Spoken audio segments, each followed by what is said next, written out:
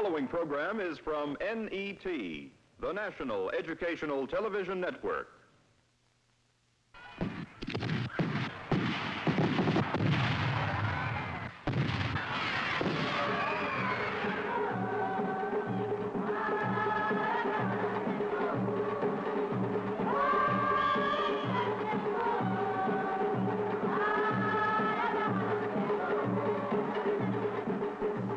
Carnival in Brazil. 3 days and 4 nights of national frenzy. Its origins, pagan and Christian. The music and dance, African. In the fusion of white Europe with black Africa, Carnival symbolizes Brazil's reputation as a racial paradise.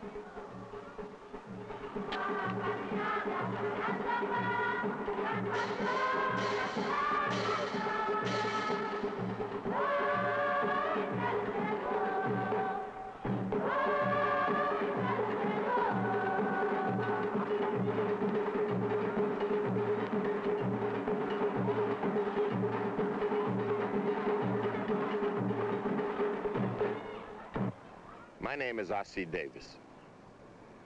The experience of the Negro in Brazil and the rest of Latin America has been different than ours. So different that where we are caught up in a struggle, often it accompanied by racial strife, Brazil has been described as a racial paradise. What has been the experience of the 30 million Negroes in Brazil? Has Brazil solved the crises that plague our country? And can we learn something from Brazilians that can provide us with answers to our American dilemma? In our History of the Negro People series, we came to Brazil to explore these questions. Jorge Amado, perhaps the leading Brazilian novelist, told us, Eu creio que o Brasil é país onde está se dando processo talvez único no mundo. I believe that Brazil is a country where a process, which is perhaps unique in the world, is taking place. It is a melting pot of peoples and races that is someday going to reach a point where you won't be able to talk anymore about pure white or pure black. Our experience differs fundamentally not only from North America, but from all other countries. It is unique because it is an experience of the mixing of races, the mixing of blood. Here next to me is Marilda Alves, a movie actress, a Brazilian mulatto beauty, who herself demonstrates the very positive results of the blending of the races. And the reasons for the Brazilian experience lie in our past, our history.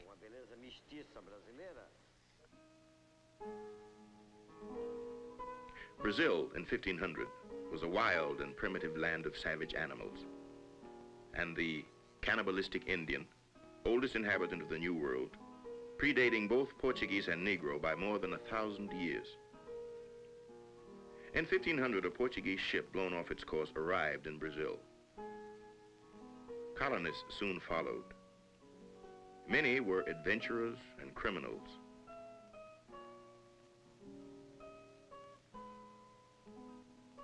To most, this barbaric country was a place of exile. The Portuguese came with no experience in farming and a distaste for work. A Renaissance humanist wrote, "If there are any people more given to laziness than the Portuguese, I do not know where it exists." Slavery seemed a convenient answer.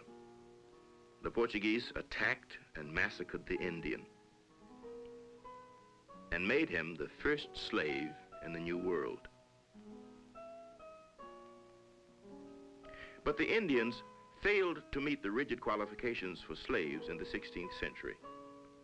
They died by the thousands.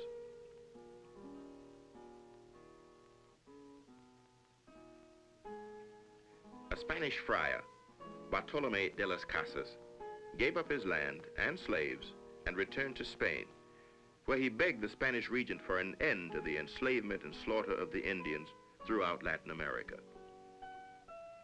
To save the Indians, Las Casas suggested an alternative candidate, the hardier African Negro.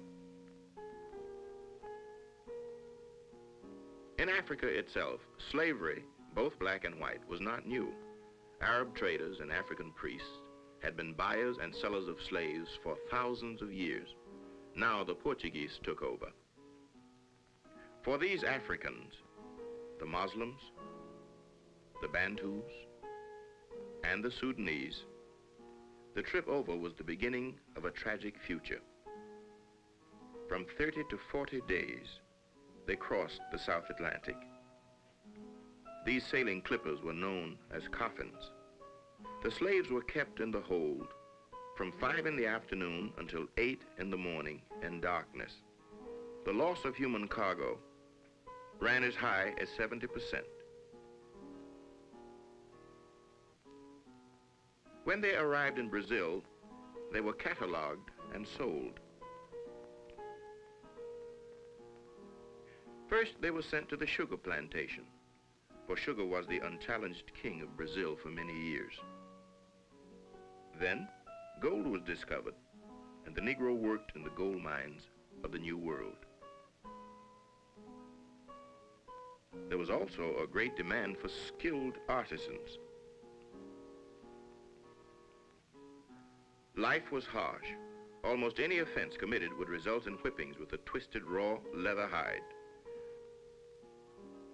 More serious crimes warranted more sophisticated punishments, such as fastening the slave for several days by his ankles or his arms. In 1607, a group of Negroes revolted, the first of many uprisings. But the Negro was more assimilated in colonial Brazil than in North America. He was welcomed into the Catholic Church, where he was baptized and married. And the white colonist and Negro slave lived together intimately. Black nannies brought up the children. The Portuguese adapted African cooking. And the men who did not bring wives with them took on the Negro women as concubines, sometimes even married them. On May 8th, 1888, the Chamber of Deputies drew up an abolition bill as most Brazilians began to realize that slavery was doomed. Crowds gathered below as the debate raged inside. On May 13th, the Princess Regent banished slavery from Brazil as thousands of Brazilians roared their approval.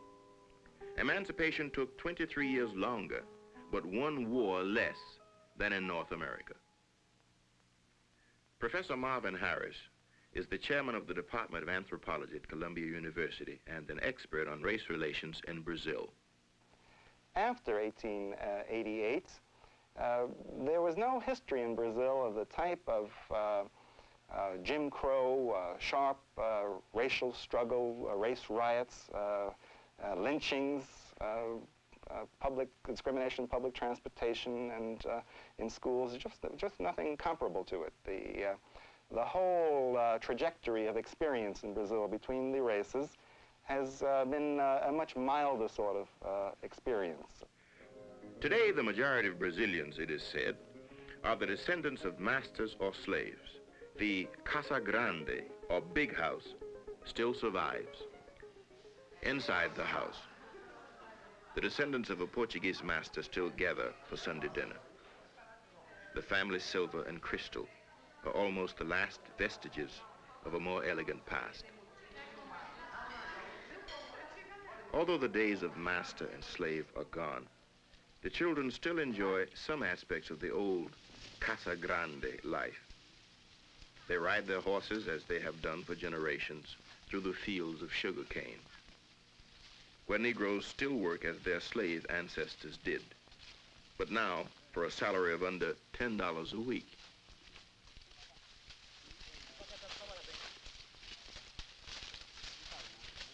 These Negroes, like the white family in the Casa Grande, hold on to their old traditions, African traditions. A few miles away is the city of Salvador, the first capital of Brazil, in the province of Bahia. Salvador was the biggest port of entry of slaves from Africa in the Western Hemisphere.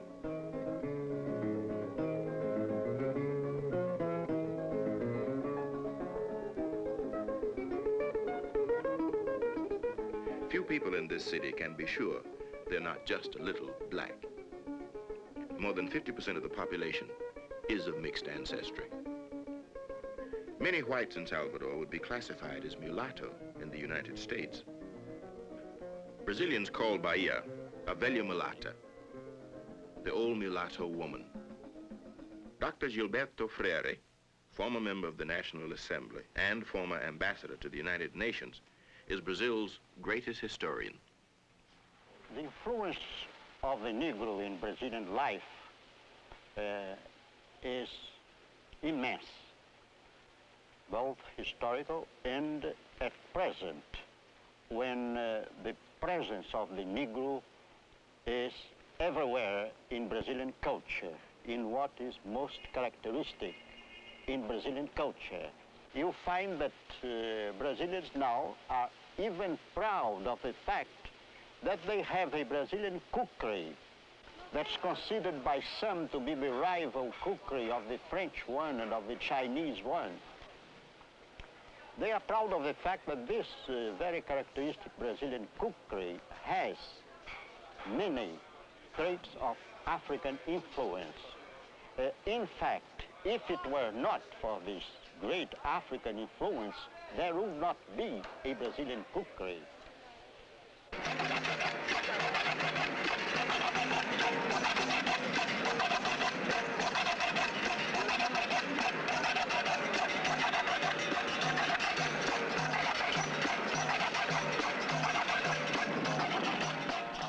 Capoeira, another African tradition. Once a way of fighting between slaves with razors strapped to their ankles, has slowly changed until now it is a ritual dance accompanied by African instruments. The dancers keep in time to the rhythm as they attack each other with hands, feet, and head, just stopping short of landing a blow. But the greatest African influence is its people. This woman is known simply as Olga. She lives in the slums of Salvador. Many of the people who live in these slums are of mixed blood, and some would even pass for white.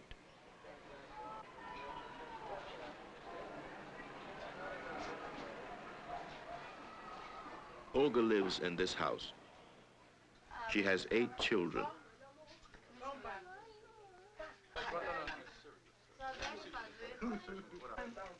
The oldest boy works for the federal government. Laurel, who is 21, is an electrician and mechanic. The other children pick up work wherever they can.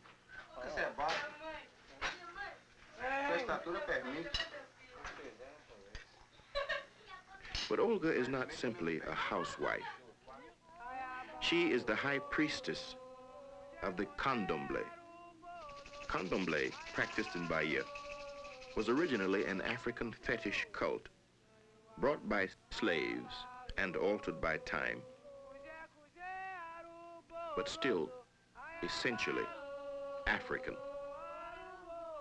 E tem também para dizer a vocês, o passado da minha família. People come to me because of sickness, because of setbacks, because of spiritual persecutions.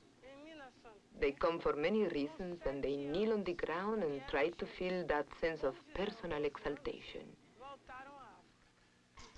As priestess, Olga has profound responsibilities as moral and spiritual leader. At a consultation, this woman asks Olga to help her sick daughter. Olga must divine the spirit's orders, and in the reading of her shells, she finds the prescription for this woman's troubles.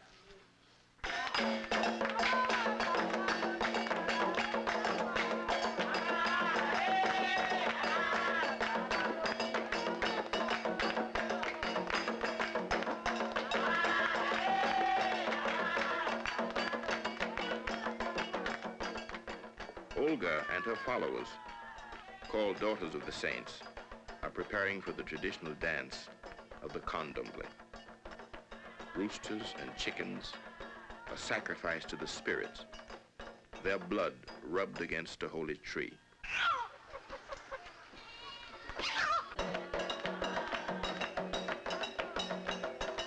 Herbs are gathered, and African songs are sung in the original African tongue, Yoruba. Special foods are prepared to offer the spirits.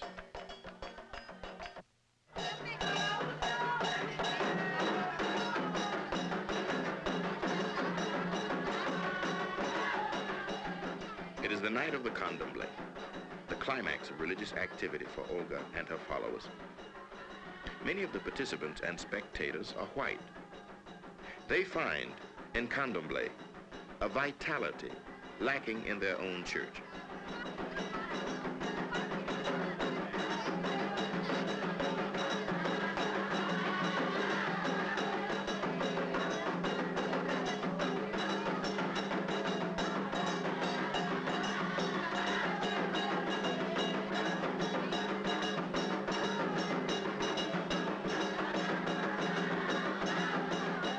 Olga's Candomblé is matriarchal. Men participate only as spectators and musicians. Believers are assigned a special saint, similar to those worshipped in many parts of Africa.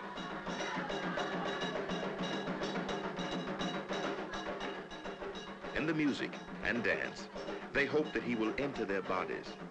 They yearn to be possessed.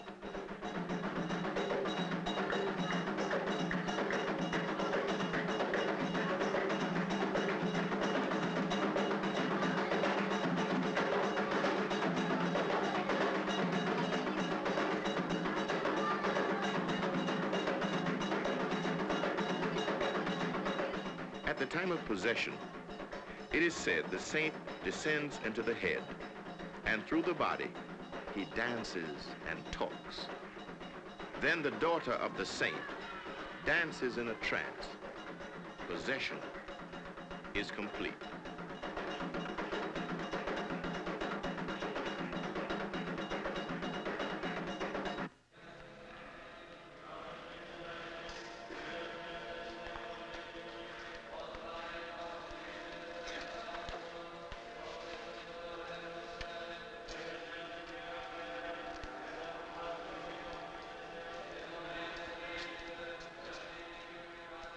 But if Olga is an African priestess, she is also a Catholic. She sees no conflict between the Catholic Church and the worship of her African ancestors.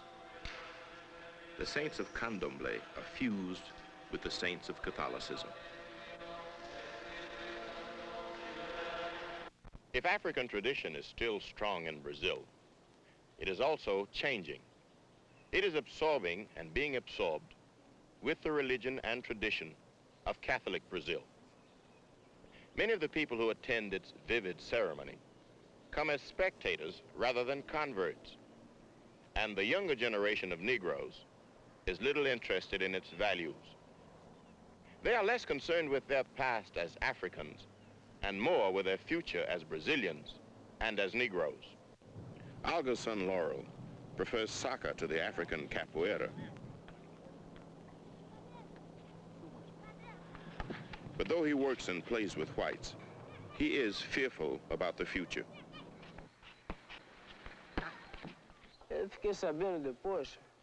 I have been handicapped by my color in many things, in jobs, at parties, in many little ways that are hard to relate. I would prefer that my wife would be lighter than I, because I would like to have lighter children. If I marry lighter and have children who look more white, they will have more opportunity to get ahead in life. I want the best for my children. I don't want them to suffer the disappointments I did because of my color. Professor Thales de Azevedo is an anthropologist at the University of Bahia. We ask him about racial discrimination in Brazil.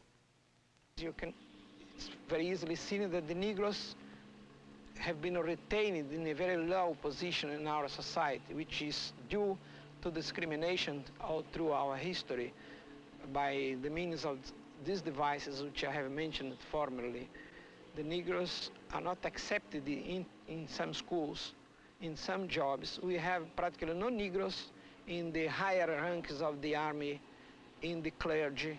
At least we have no bishop who is a Negro. We have priests, but no bishops. And in the private schools, sometimes they are not accepted. At least they are not accepted in the proportion that they exist in the population. I think these are the means through which we discriminate against them. They may rise individually, but not as a group. A discriminação racial, a meu ver, the prejudice that exists in Brazil, as I see it, is a discrimination of color. So much so that people who are descended from Negroes, but have lighter skin and finer features, pass for white. Those with darker skin have more difficulty than those with lighter skin. The Brazilian, in general, doesn't have racial prejudice. He has color prejudice. Professor Harris, do Brazilian Negroes have the same emotional and psychological problems as American Negroes? My experience is that Brazilians are not troubled by the question of who they are racially to the extent that many Americans are. The reason there, the explanation of that, I believe, is because Brazilians have a chance of changing their racial identity during their lifetimes. And how is this done? Well, one way to do it is to improve one's job, get a better job, get a better education, make some money. As a matter of fact, there's a saying which goes, money whitens. Money whitens in Brazil means that if a Negro is wealthy enough and well educated, he can share the advantages of Brazil's upper-class whites. He is not even called a Negro. There are no whites-only signs anywhere, but Negroes are tacitly excluded from many places. Social segregation is the unwritten rule. Yet, if money whitens, few Negroes have much money. The favelas, or slums, do not discriminate. The houses are built out of wood, cardboard, and scrap metal. Of the thousands who live in these favelas, a large number are Negro. The hillsides on which the slums have sprung up have no electricity, no sewers, or paved roads. Whatever enters the favela is carried in by hand and by foot. Yet, the favela is not a ghetto. People live here not just because they are colored, but because they are poor. It is possible for the Negro to educate himself and move out, and he can also marry out. My daughter is married to a white man, and she has no problem at all. She's very light-skinned, you know. And of course, she has 3 children now, and they're almost white. Yes, I have Negro blood through my father. My great-grandfather was a mulatto. I looks like a white man. Nobody ever said to me that I'm a mulatto or I'm not a white man. And if I were a mulatto, perhaps I should not care about that. Why care? As you know, passing in the United States is a shame, is a technique unaccepted and rejected by both parties.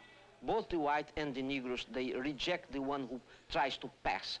While in Brazil, passing is a common thing. It's rare now to find a Negro of the pure dark type in Brazil. It's possible to find it, but it's very difficult because race mixture has been, miscegenation has been in Brazil, as you know, a process very much generalized. And the result of this that the different intermediate types of race mixture are numerous in Brazil, and the survivals of pure Negro types very scarce, very rare. We too in the United States have had miscegenation. One has but to take an objective view of the Negro in prominent positions in the leadership of the integration movement here in the United States to realize that many of these people are not, by Brazilian standards, Negro at all.